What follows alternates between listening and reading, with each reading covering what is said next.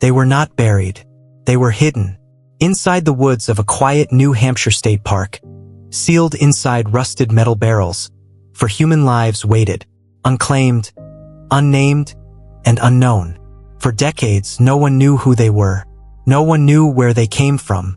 And no one knew why someone went to such lengths to erase them. 2 children, 2 women, no missing persons reports, no connections, no answers. Just a question that would haunt investigators for nearly 40 years. How do 4 people vanish without the world noticing?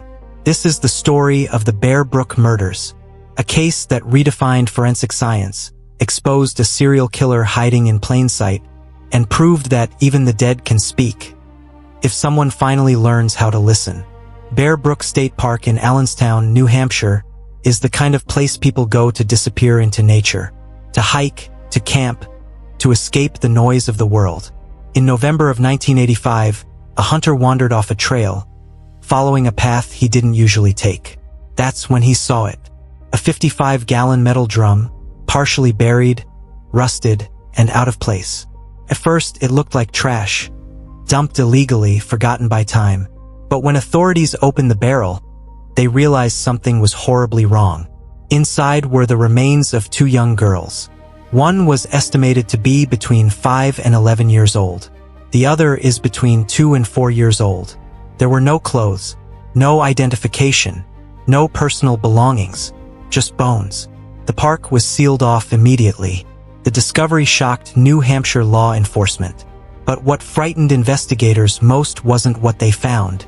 It was what they couldn't do. No missing children matched their descriptions. No reports aligned with their ages. No families came forward. It was as if these children had never existed.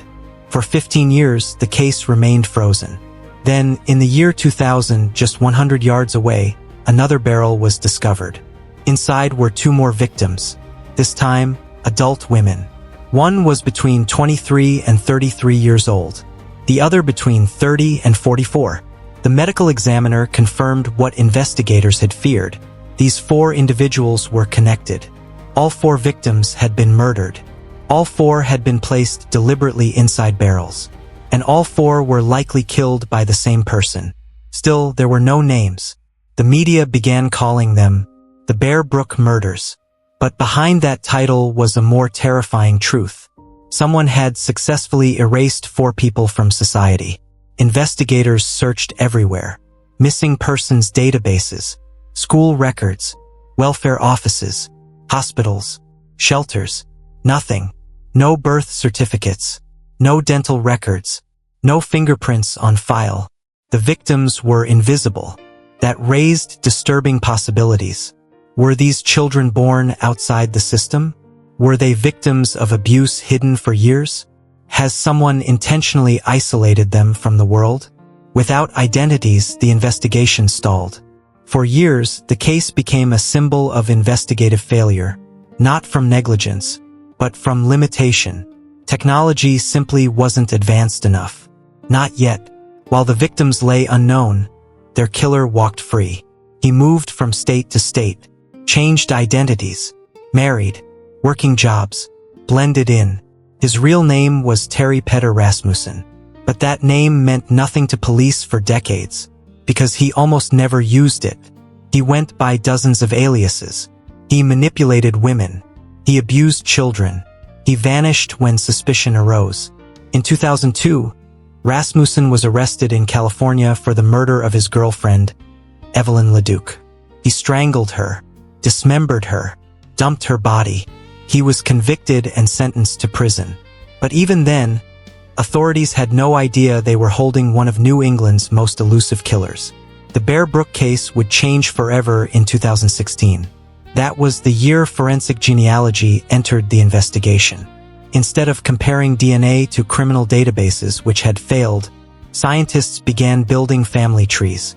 They extracted DNA from the victims, uploaded profiles to public genealogy databases, and waited. Slowly, distant relatives began appearing. The first identity came in 2017. One of the little girls had a name, Maribel Atencio. She was born in California in 1986. She had been reported missing.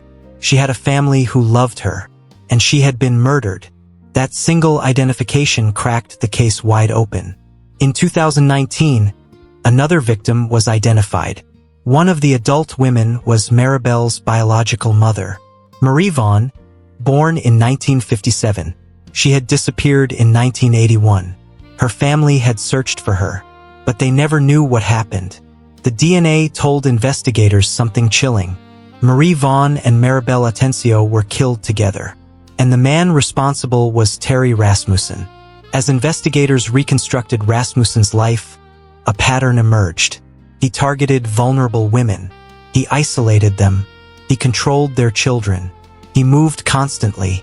He left behind a trail of abuse, lies, and missing people across multiple states. The Bear Brook victims were not his only crimes. They were simply the ones he hid best.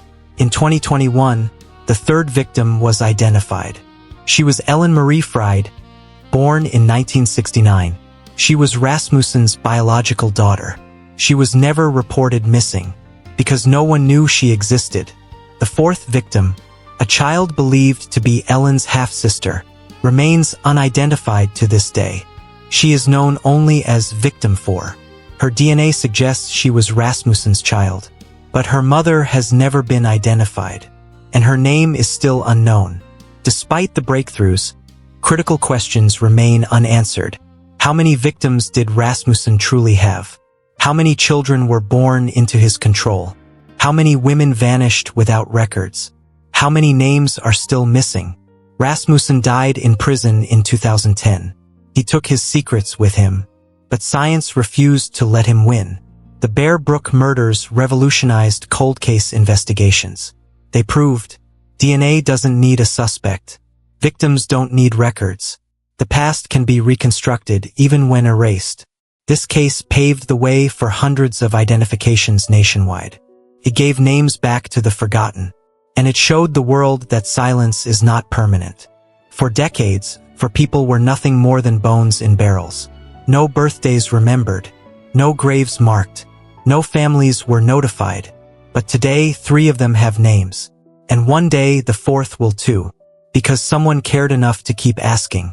Because science learned to hear what the dead were saying. And because justice, even delayed, still matters. Thank you for watching Silent Evidence True Crime Exposed. Don't forget to like, subscribe, and join us next time for another chilling true story.